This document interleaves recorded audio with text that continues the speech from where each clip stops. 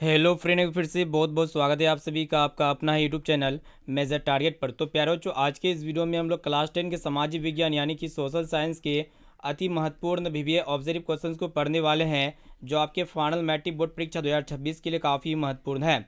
तो प्यारे बच्चों, अगर आप भी इस बार फाइनल मैट्रिक बोर्ड परीक्षा देने वाले हैं तो इस वीडियो को आप पूरा देख लेते हैं ना, तो आपके फाइनल बोर्ड परीक्षा में काफ़ी सारे प्रश्न इसी क्लास से रहने वाला है। और इस क्लास में हम लोग जितने भी प्रश्न को इंक्लूड किए हैं और जितने भी प्रश्न यहाँ पे हम अतिरिक्त बताएंगे, ये सभी प्रश्न आपका एनसीईआरटी के न्यू बुक पर आधारित रहने वाला है। ठीक है, तो प्यारे बच्चों, फटाफट से क्लास को लाइक कर दीजिएगा। चैनल पर नए हैं तो चैनल को भी सब्सक्राइब कर लीजिएगा। ठीक है, साथ में बगल में बेल आइकन आएगा, इसे प्रेस करके ऑल पर जरूर सेलेक्ट कर लीजिएगा। और जितने भी अभ्यर्थी हमारे व्हाट्सएप ग्रुप में नहीं जुड़े हैं तो फटाफट से मेरा व्हाट्सएप नंबर ले सकते हैं। मेरा व्हाट्सएप नंबर है 6206076569। इस नंबर को आप सेव कीजिए। आप बोलिए कि सर हमें व्हाट्सएप ग्रुप में जोड़ दीजिए, तो हम आपको व्हाट्सएप ग्रुप में जोड़ देंगे। तो प्यारे बच्चों, देखिए यहाँ पे आज का प्रथम प्रश्न यहाँ पे आपसे क्या कह रहा है। प्रश्न ये कह रहा है कि इनमें से किसे पिछड़ा राज्य कहा जाता है। बहुत ही महत्वपूर्ण, बहुत ही सिंपल प्रश्न है। तो प्यारे बच्चों, आप सभी को पता होना चाहिए, बिहार एक ऐसा राज्य है, बिहार में औद्योगिक, आर्थिक और सामाजिक विकास के मानकों पर पिछड़ा राज्य माना जाता है। ठीक है, यहाँ पे आपको पता होना चाहिए। ऑप्शन नंबर इसका सी बिल्कुल ही करेक्ट आंसर हो जाएगा। आपके बोर्ड एग्जाम एक प्रश्न ये भी पूछे आते हैं कि भारत में सबसे कम प्रति व्यक्ति वाला जो राज्य है ना प्यारे बच्चों, कौन सा राज्य है? बिहार राज्य है। आपके बोर्ड एग्जाम में एक प्रश्न ये भी पूछ ले आते हैं कि बिहार की प्रमुख आर्थिक गतिविधियाँ क्या होती है? तो कृषि होती है। इसको अच्छी तरीके से याद रखिएगा। अब चलिए प्यारे बच्चों, देखते हैं यहाँ पे अगला प्रश्न की तरफ बढ़ चलते हैं। देखिएगा यहाँ पे दूसरा नंबर प्रश्न जो कि आपके बोर्ड एग्जाम के लिए अत्यंत ही महत्वपूर्ण है, मोस्ट इंपॉर्टेंट है। तो प्यारे प्यारे बच्चों, प्रश्न ये कराएगी, देखिएगा क्या कराएगी। संचार का सबसे लोकप्रिय साधन क्या है? काफ़ी महत्वपूर्ण और इम्पोर्टेंट प्रश्न है। तो प्यारे बच्चों, आप सभी को पता होना चाहिए, आजकल के समय में जो मोबाइल फ़ोन है ना, संचार का सबसे लोकप्रिय, सस्ता और सुविधाजनक माध्यम बन गया, आपको पता होना चाहिए।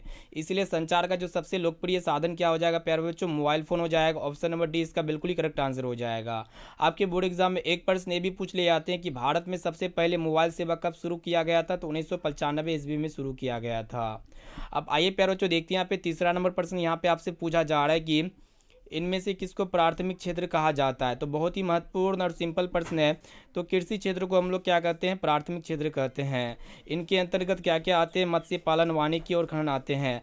आपके बोर्ड एग्जाम में एक प्रश्न ये भी पूछ लिए जाते हैं कि प्राथमिक क्षेत्र में सबसे अधिक रोजगार किस क्षेत्र को मिलता है? तो यही कृषि क्षेत्र को मिलता है। ठीक है, आपके बोर्ड एग्जाम में एक प्रश्न ये भी पूछ लिए जाते हैं कि भारत की कुल जनसंख्या का कितना प्रतिशत भाग जो है ना कृषि पर आधारित है? तो 70% भाग जो है ना प्यारे बच्चों कृषि पर आधारित है। जनसंख्या कितना प्रतिशत भारत पर, मतलब भारत में कितना प्रतिशत जनसंख्या कृषि पर आधारित है? तो 70%। तो चलिए प्यारे बच्चों, देखते हैं यहाँ पे अगला प्रश्न की तरफ बढ़ चलते हैं। अब आइए देखिए यहाँ पे चौथा नंबर प्रश्न यहाँ पे आपसे पूछा जा रहा है। प्रश्न ये क्या कर रहा है कि काली मिट्टी उपयुक्त है? तो प्यारे बच्चों, ये काली मिट्टी जो है ना कपास की खेती के लिए उपयुक्त मिट्टी मानी जाती है। आपके बोर्ड एग्जाम में एक प्रश्न ये भी पूछे जाते हैं कि ये काली मिट्टी को हम लोग किस नाम से जानते हैं? तो रेगुर मिट्टी के नाम से भी जानते हैं। इसको अच्छी तरीके से याद रखिएगा। ठीक है, बोर्ड एग्जाम में पूछे जा सकते हैं। आपके बोर्ड एग्जाम में एक प्रश्न ये भी पूछ लिया जाते हैं कि किस राज्य में कपास का उत्पादन सबसे ज़्यादा होता है? तो गुजरात राज्य में कपास का उत्पादन सबसे ज़्यादा, सबसे अधिक होता है। आपके बोर्ड एग्जाम में एक प्रश्न ये भी पूछ लिए जाते हैं कि ये जो काली मिट्टी है ना प्यारे बच्चों, ये काली मिट्टी और किन फसलों के लिए उपयोग माना जाता है? तो सोयाबीन हो गया प्यारे बच्चों। सोयाबीन कौन कौन सा फसल होंगे? सोयाबीन हो गया, मूंगफली हो गया और सूरजमुखी के फसलों के लिए उपयुक्त मानी जाती है। अब आइए प्यारे बच्चों, देखिए यहाँ पे अगला प्रश्न एक रहा है कि आपको बताना है कि दाल किस पौष्टिक, मतलब पोषक तत्वों का स्रोत है? काफ़ी महत्वपूर्ण है। यानी कि दाल में कौन सा विटामिन क्या पाया जाता है? तो प्रोटीन्स पाया जाता है दाल में। ठीक है, इसको अच्छी तरीके से याद रखिएगा। प्रोटीन के और भी स्रोत हो सकते हैं, जैसे कि प्रोटीन किस किस में पाया जाता है? दूध हो गया, अंडा हो गया, मांस हो गया, मछली, सोयाबीन में, ये सभी में क्या पाए जाते हैं? प्रोटीन पाए जाते हैं। अब आइए प्यारे बच्चों, देखते हैं यहाँ पे छठा नंबर प्रश्न यहाँ पे आपसे पूछा जा रहा है। आप प्रश्न ये कराएगी शाख का संबंध है। तो प्यारे बच्चों, ये शाख का संबंध जो किससे होता है आप सभी को पता होना चाहिए। विश्वास या भरोसा से होता है, आपको पता होना चाहिए। ऑप्शन नंबर डी इसका बिल्कुल ही करेक्ट आंसर हो जाएगा। आपके बोर्ड एग्जाम में एक प्रश्न ये भी पूछे जाते हैं, भारत में शाख का मुख्य स्रोत क्या है? तो बैंक है। इसको अच्छी तरीके से याद रखिएगा। आपके बोर्ड एग्जाम में एक प्रश्न ये भी पूछ ले जाते हैं कि शाख किस प्रकार की संपत्ति है? तो मतलब किस प्रकार की शाख जो है ना प्यारे बच्चों, ये किस प्रकार की संपत्ति है? तो आपको पता होना चाहिए, ये जो है ना प्यारे बच्चों अमूर्त संपत्ति है। ठीक है, इसको अच्छी तरीके से याद रखिएगा। अमूर्त संपत्ति, शाख किस प्रकार की संपत्ति है? तो अमूर्त संपत्ति है। अब आइए प्यारे बच्चों देखते हैं यहाँ पे अगला प्रश्न क्या कराएगी। यहाँ पे आपसे पूछा जा रहा है कि भारत में वित्तीय वर्ष कहा जाता है। काफ़ी महत्वपूर्ण प्रश्न है। तो प्यारे बच्चों आप सभी को पता होना चाहिए भारत में जो वित्तीय वर्ष होते हैं ना 1 अप्रैल से शुरू होकर के अगले वर्ष 31 मार्च तक समाप्त हो जाती है। यानी कि यहाँ पे ऑप्शन नंबर सी जो है ना बिल्कुल ही करेक्ट आंसर हो जाएगा। अब चलिए प्यारे बच्चों देखते हैं यहाँ पे अगला प्रश्न की तरफ बढ़ चलते हैं। तो प्यारे बच्चों देखिएगा यहाँ पे नेक्स्ट क्वेश्चन जो कि आपके एग्जाम के लिए अत्यंत ही महत्वपूर्ण है, मोस्ट इंपॉर्टेंट है। प्रश्न को देखिएगा ध्यानपूर्वक क्या कराएगी। यहाँ पे आपसे पूछा जा रहा है कि डेबिट कार्ड संबंधित है। तो प्यारे बच्चों ये जो डेबिट कार्ड है ना ये किससे संबंधित है, तो आपको पता होना चाहिए एटीएम प्रणाली से संबंधित है। और एटीएम का जो फुल फॉर्म होता है क्या होता है, ऑटोमेटिक टेलर मशीन होता है, जिसे हम लोग स्वचालित टेलर मशीन के नाम से भी जानते हैं। आपके बोर्ड एग्जाम में एक प्रश्न ये भी पूछ लिए जाते हैं कि डेबिट कार्ड का उपयोग किस प्रकार के लेन देन के लिए किया जाता है। तो नकदी निकासी और खरीदारी के लिए किया जाता है। ठीक है, नकदी निकासी और खरीदारी के लिए किया जाता है। अब आइए प्यारे बच्चों देखते हैं यहाँ पे अगला प्रश्न क्या कराए कि यहाँ पे आपसे पूछा जा रहा है कि गरीबी कैंसर रोग की तरह है, यह किसने कहा। काफ़ी महत्वपूर्ण है। तो प्यारे बच्चों गरीबी कैंसर रोग की तरह यह किसने कहा था, तो आपको पता होना चाहिए इसका सही और सटीक आंसर क्या होगा, प्रोफेसर लेविस ने कहा था। आपके बोर्ड एग्जाम में एक प्रश्न ये भी पूछ लिए जाते हैं कि गरीबी का निर्धारण किस आधार पर किया जाता है। तो आय और उपभोग के आधार पर किया जाता है। अब आइए प्यारे बच्चों देखते हैं यहाँ पे नेक्स्ट क्वेश्चन की तरफ बढ़ चलते हैं। चलिए देखिए यहाँ पे अगला प्रश्न जो कि आपके बोर्ड एग्जाम के लिए अत्यंत महत्वपूर्ण प्रश्न ये कराए कि आपसे पूछा जा रहा है कि निम्न में से कौन मानव जनित आपदा नहीं है। तो प्यारे बच्चों मानव जनित आपदा क्या होते हैं, जो मानव के द्वारा घटित आपदा होते हैं उसको हम लोग मानव जनित आपदा के नाम से जानते हैं। यहाँ पे देख सकते हैं ये जो जितने भी विकल्प दिए हुए सांप्रदायिक दंगा, आतंकवाद और रेत घटनाएं, ये तीनों जो है ना प्यारे बच्चों मानव क्रियाकलाप के कारण ही उत्पन्न होते हैं। ये तीनों जो है ना मानव जनित आपदा नहीं है। ठीक है, यानी कि कौन सी आपदा है प्यारे बच्चों, रेल दुर्घटना, सांप्रदायिक दंगा, आतंकवाद, ये मानव जनित आपदा है। ठीक है, तो यहाँ पे क्या पूछा जा रहा है कि मानव जनित आपदा कौन नहीं है। तो यहाँ पे कोई भी ऑप्शन में नहीं दिया हुआ, इसलिए ऑप्शन नंबर डी इसका बिल्कुल ही करेक्ट आंसर हो जाएगा। आपके एग्जाम के लिए अत्यंत ही महत्वपूर्ण प्रश्न है। ठीक है, बहुत ही महत्वपूर्ण है, आपके बोर्ड एग्जाम के लिए प्रश्न है। आपके बोर्ड एग्जाम में एक प्रश्न ये भी पूछे आते हैं कि भूकंप किस प्रकार की आपदा है। तो प्यारे बच्चों भूकंप जो है ना ये प्राकृतिक आपदा के उदाहरण है, इसको अच्छी तरीके से याद रखिएगा। अब आइए प्यारे बच्चों देखते हैं यहाँ पे नेक्स्ट क्वेश्चन जो कि आपके बोर्ड एग्जाम के लिए बहुत ही महत्वपूर्ण है, मोस्ट इंपॉर्टेंट है। प्रश्न ये कराए कि Tata iron and steel company की स्थापना की गई। तो Tata iron and steel company की जो स्थापना जो है ना प्यारे बच्चों कब की गई थी, तो 1907 में की गई थी।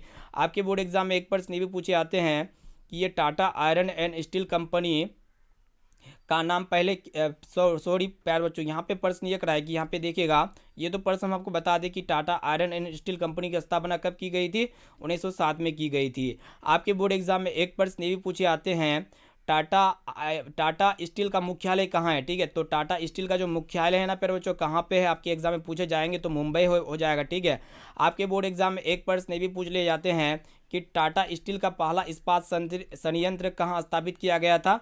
तो टाटा स्टील का पहला इस्पात संयंत्र जो है ना प्यारे बच्चों जमशेदपुर में स्थापित किया गया था, जो कि झारखंड में है, इसको अच्छी तरीके से याद रखिएगा। अब आइए प्यारे बच्चों देखते हैं यहाँ पे अगला प्रश्न क्या कराए कि यहाँ पे आपसे पूछा जा रहा है कि किसने कहा संसाधन होते नहीं बल्कि बनाए जाते हैं। तो ये बात जो है ना प्यारे बच्चों किसने कहा था, तो आपको पता होना चाहिए जिम्मेरमैन ने कहा था, जो कि ऑप्शन ए इसका बिल्कुल ही करेक्ट आंसर हो जाएगा।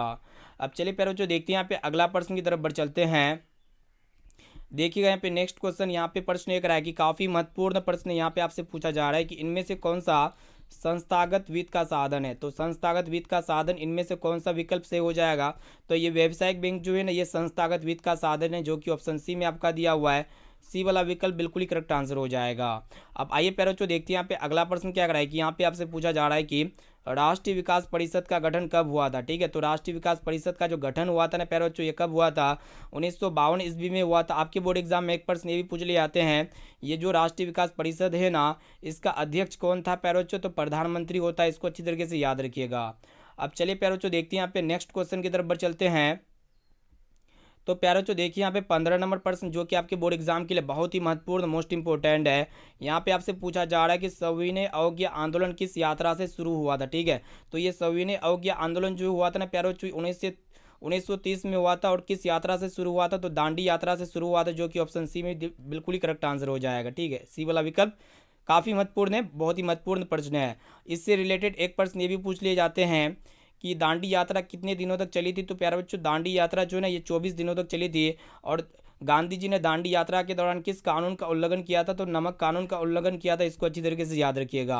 अब आइए प्यारे बच्चों देखते हैं यहाँ पे अगला प्रश्न क्या कर रहा है कि यहाँ पे आपसे पूछा जा रहा है कि प्राथमिक ऊर्जा का उदाहरण कौन सा है। ठीक है, तो प्राथमिक ऊर्जा का उदाहरण इनमें से कौन सा होगा वही आपको बताना है।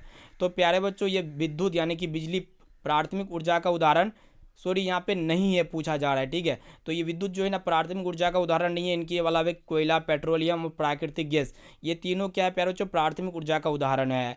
विद्युत यानी कि बिजली प्राथमिक ऊर्जा का उदाहरण इसलिए नहीं है क्योंकि ये जो बिजली जो होते हैं ना प्यारे बच्चों यानी कि जो विद्युत होते हैं वे स्वयं प्राथमिक ऊर्जा स्रोत नहीं होते क्योंकि ये अन्य स्रोतों से ऊर्जा प्राप्त करते हैं, जैसे कि कोयला हो गया, पेट्रोलियम हो गया या फिर जल परमाणु आदि से ये उत्पन्न होती है। ये ऐसे उत्पन्न नहीं होती है। आपके बोर्ड एग्जाम में एक प्रश्न ये भी पूछ ले आते हैं कि प्राथमिक ऊर्जा का मुख्य स्रोत क्या होते हैं प्यारे बच्चों? तो सूरज होते हैं यानी कि सूर्य होते हैं। इसको अच्छी तरीके से याद रखिएगा। अब चलिए प्यारे बच्चों देखते हैं यहाँ पे 17 नंबर प्रश्न यहाँ पे आपसे पूछा जा रहा है कि संचार का सबसे लोकप्रिय साधन है। तो संचार का जो सबसे लोकप्रिय साधन है ना हम आपको पहले बताए मोबाइल है। ऑप्शन नंबर बी इसका बिल्कुल ही करेक्ट आंसर हो जाएगा। आपके बोर्ड एग्जाम में एक प्रश्न ये भी पूछे आते कि भारत में टेलीफोन कब शुरू की गई थी? तो प्यारे बच्चों 1881 ईस्वी में टेलीफोन शुरू की गई थी। और मोबाइल की शुरुआत कब हुई थी? 1995 ईस्वी में हुई थी। इसको अच्छी तरीके से याद रखिएगा। अब चलिए प्यारे बच्चों देखते हैं यहाँ पे नेक्स्ट क्वेश्चन की तरफ बढ़ चलते हैं।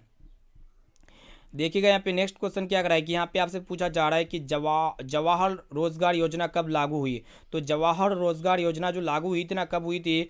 1989 ईस्वी में हुई थी, जो कि ऑप्शन बी में आपका दिया हुआ है। यानी कि बी वाला विकल्प इसका बिल्कुल ही करेक्ट आंसर हो जाएगा। आपके बोर्ड एग्जाम में एक प्रश्न ये भी पूछ ले जाते हैं क्या पूछ लिया जाते प्यारे बच्चों, जवाहर रोजगार योजना कब लागू हुआ था? तो 1989 ईस्वी में लागू हुआ था। एक प्रश्न ये पूछे जाते कि मनरेगा योजना कब शुरू हुई थी? तो मनरेगा योजना जो ना प्यारे बच्चों 2006 में शुरू हुई थी। इसको अच्छी तरीके से याद रखिएगा।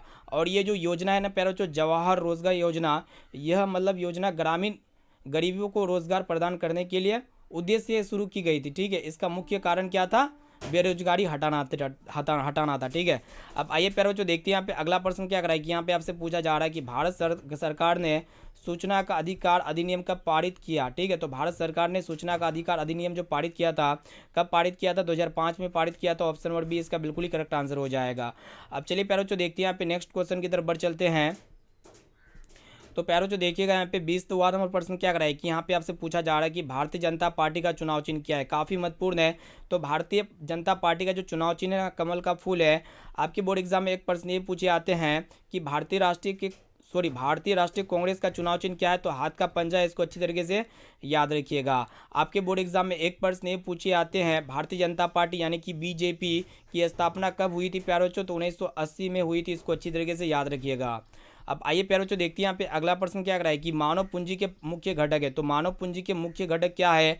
तो ज्ञान है, कौशल है और इनके साथ साथ अनुभव है। यानी कि ये सभी है, जो कि ऑप्शन डी में आपका दिया हुआ है। आपके बोर्ड एग्जाम में एक प्रश्न ये भी पूछ ले आते हैं कि सबसे बड़ी मानव पूंजी किस देश के पास है? तो प्यारे बच्चों सबसे बड़ी मानव पूंजी जो है ना किस देश के पास है? तो आपको पता होना चाहिए अपना देश भारत के पास है। इसको अच्छी तरीके से याद रखिएगा। अब चलिए प्यारे बच्चों देखते हैं यहाँ पे नेक्स्ट क्वेश्चन की तरफ बढ़ चलते हैं। तो प्यारे बच्चों देखिएगा यहाँ पे 22वां नंबर प्रश्न क्या है कि यहाँ पे आपसे पूछा जा रहा है कि कार्ल मार्क्स का जन्म कहाँ पे हुआ था? तो कार्ल मार्क्स का जन्म जो है ना कहाँ पे हुआ था? जर्मनी में हुआ था। इसको अच्छी तरीके से याद रखिएगा। आपके बोर्ड एग्जाम में एक प्रश्न ये भी पूछ ले आते हैं कि ये जो कार्ल मार्क्स है ना इसके पर मतलब कार्ल मार्क्स का प्रसिद्ध पुस्तक क्या है? तो प्यारे बच्चों दास कैपिटल है। इसको अच्छी तरीके से याद रखिएगा। चलिए देखिए यहाँ पे नेक्स्ट क्वेश्चन क्या कराए कि यहाँ पे आपसे पूछा जा रहा है कि सेफ्टी लैम्प का आविष्कार किसने किया? काफ़ी महत्वपूर्ण प्रश्न है। तो सेफ्टी लैम्प का आविष्कार किसने किया था? तो हम्फ्री डेवी ने किया था। यहाँ पे सी वाला विकल्प बिल्कुल ही करेक्ट आंसर हो जाएगा। और कब किया था प्यारे बच्चों अगर पूछा जाए तो 1815 ईस्वी में किया गया था। और ये सेफ्टी लैम्प का उपयोग हम लोग कहाँ पे करते हैं? तो कोयले खानों में करते हैं। इसको अच्छी तरीके से याद रखिएगा। चलिए प्यारे बच्चों देखते हैं यहाँ पे नेक्स्ट क्वेश्चन की तरफ बढ़ चलते हैं। यहाँ पे आपसे पूछा जा रहा है कि नोबेल पुरस्कार से सम्मानित बांग्लादेशी अर्थशास्त्री है। तो नोबेल पुरस्कार से सम्मानित बांग्लादेशी अर्थशास्त्री कौन है प्यारे बच्चों? तो प्रोफेसर मोहम्मद यूनुस है, जो कि ऑप्शन सी में बिल्कुल ऑप्शन नंबर सी बिल्कुल ही करेक्ट आंसर हो जाएगा।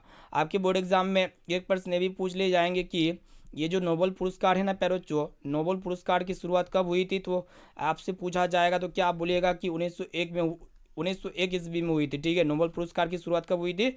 1901 ईस्वी में। अब आइए प्यारे बच्चों देखते हैं यहाँ पे नेक्स्ट क्वेश्चन क्या कराए कि यूरोप का मरीज किसे कहा जाता है। तो यूरोप का मरीज किसे कहा जाता है? तुर्की को कहा जाता है, जो कि ऑप्शन नंबर ए इसका बिल्कुल ही करेक्ट आंसर हो जाएगा। ये सभी प्रश्न बहुत ही महत्वपूर्ण प्रश्न है, ठीक है, इसीलिए इसको अच्छी तरीके से याद करते हुए जाना है, ठीक है।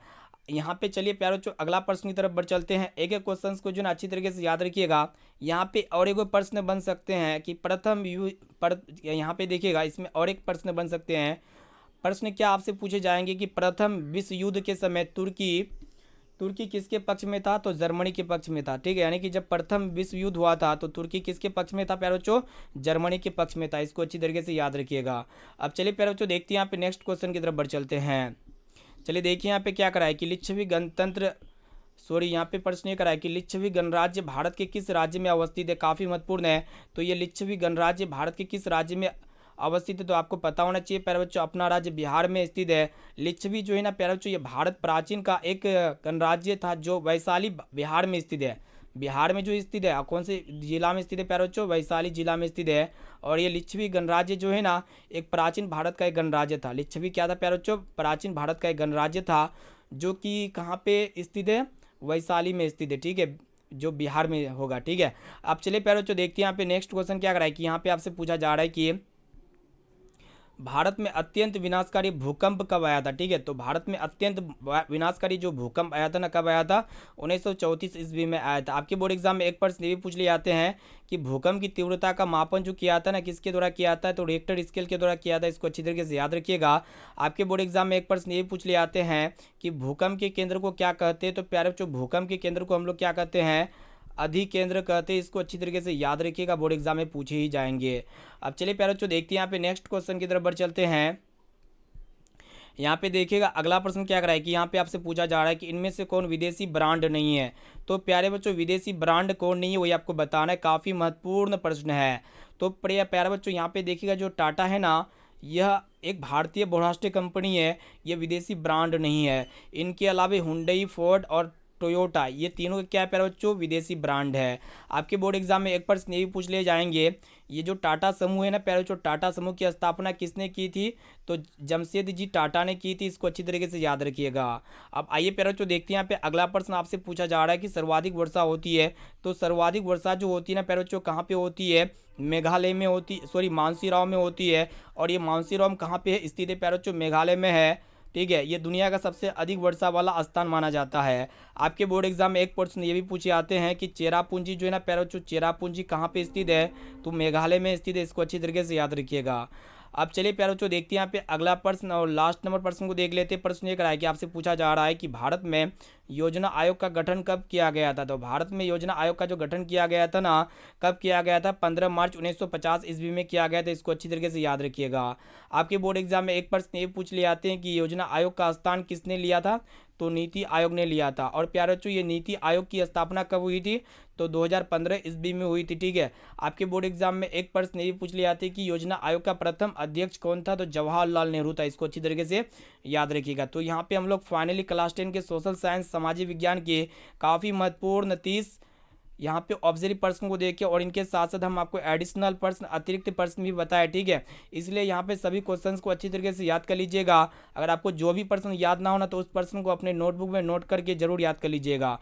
ये सभी प्रश्न आपके आगामी बोर्ड परीक्षा 2026 के लिए अत्यंत ही महत्वपूर्ण साबित होने वाला है, ठीक है। और इसलिए अभी तक जो भी विद्यार्थी वीडियो को लाइक नहीं किए तो वीडियो को लाइक कर दीजिएगा। चैनल पर नए हैं ना तो चैनल को भी सब्सक्राइब कर लीजिएगा। और जितने भी अभ्यर्थी अभी तक हमारे व्हाट्सएप ग्रुप में नहीं जुड़े तो फटाफट से मेरा व्हाट्सएप नंबर लीजिए। मेरा व्हाट्सएप नंबर है 6206076569।